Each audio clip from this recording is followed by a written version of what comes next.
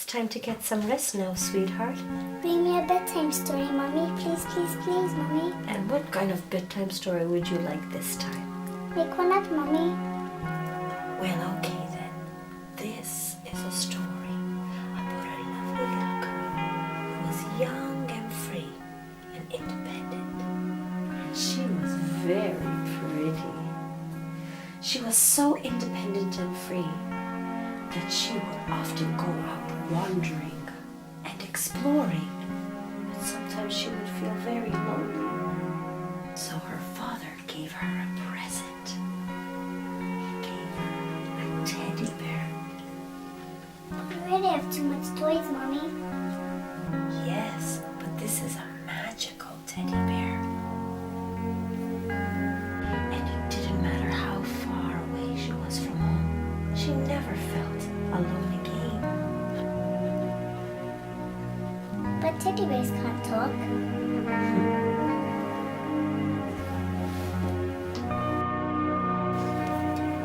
Good night, sweetheart. Good night, Mommy.